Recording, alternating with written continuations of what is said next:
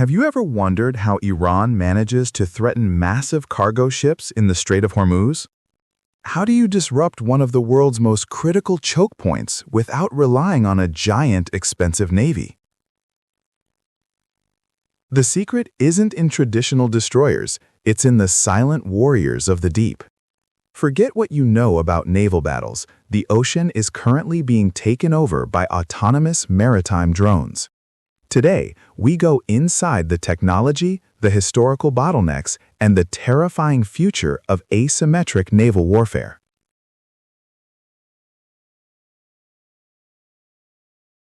Before we dive in, I want to make it absolutely clear that this channel does not take sides or endorse any form of armed conflict. Our discussion today is strictly focused on the objective scientific facts and the engineering behind these emerging technologies.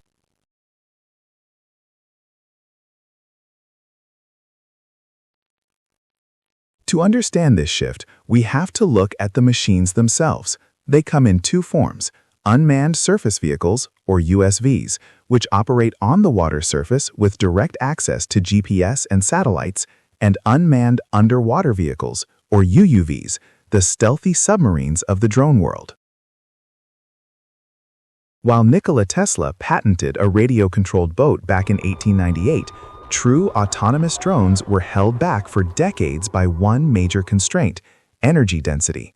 Early drones relied on heavy lead-acid or basic lithium batteries, meaning they could only operate for a few hours before dying.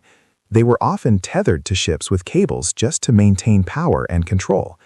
It wasn't until 2016, with DARPA Sea Hunter, that we saw a vessel capable of traveling thousands of miles for months, proving that the energy bottleneck had finally been broken.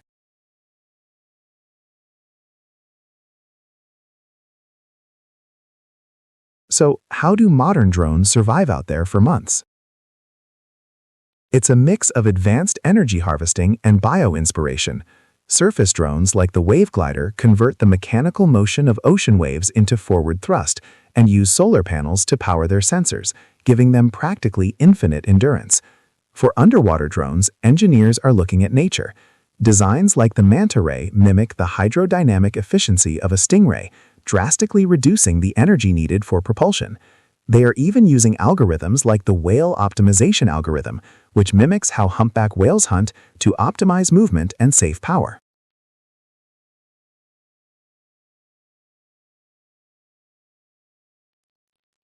But a drone's true power lies in its network.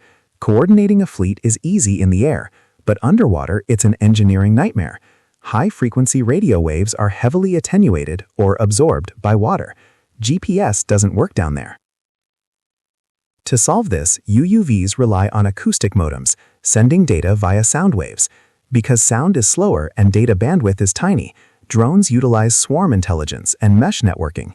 If a deep-sea UUV needs to send a target image back to base, it doesn't try to broadcast it across the ocean. Instead, it pings a nearby UUV, which pings a surface USV, acting as a gateway node, which then beams the data up to a satellite. They operate as a hive mind. If one drone is destroyed, the network automatically reroutes the data through the surviving units to complete the mission. However, a groundbreaking March 2026 study just shattered this surface bottleneck using a high-dimensional multiplexed, or HDM, acoustic metamaterial. By precisely manipulating 4 dimensions of sound, including its orbital angular momentum, this tech allows complex data to travel directly from water to air. This means a submerged UUV can now talk directly to an aerial drone in real time, completely rewriting underwater swarm tactics.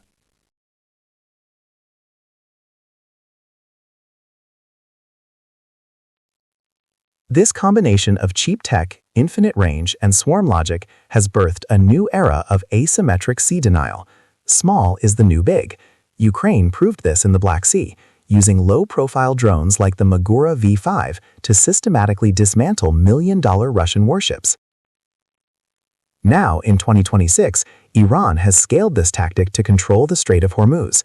Operating from hardened underground missile cities, the IRGC deploys swarms of kamikaze USVs.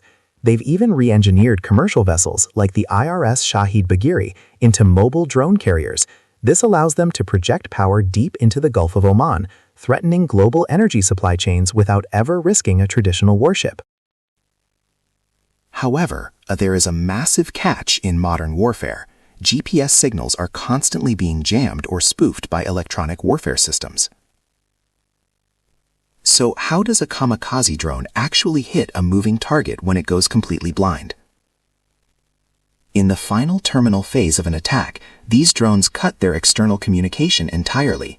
They switch to built-in inertial navigation systems and use forward-looking infrared or FLIR cameras combined with onboard AI vision. The drone's neural network is trained to autonomously recognize the thermal silhouette of a specific military vessel, ignoring civilian merchant ships and electronic decoys. It becomes an independent hunter. On the flip side, how do traditional navies defend against a swarm of these cheap autonomous boats? Firing a $2 million interceptor missile to destroy a $50,000 drone is a losing mathematical equation. The answer lies in directed energy weapons, or DEWs. Modern warships are now equipping high-energy lasers to physically burn through a drone's casing and detonate its payload in seconds. They are also deploying high-power microwaves, or HPMs. These invisible weapons emit pulses designed to instantly fry the electronic brains of an entire drone swarm simultaneously, dropping them dead in the water without firing a single explosive. It is the ultimate sword versus shield battle of modern engineering.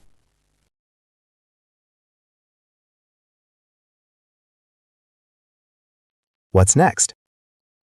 The Pentagon's Replicator initiative aims to deploy thousands of these autonomous systems globally.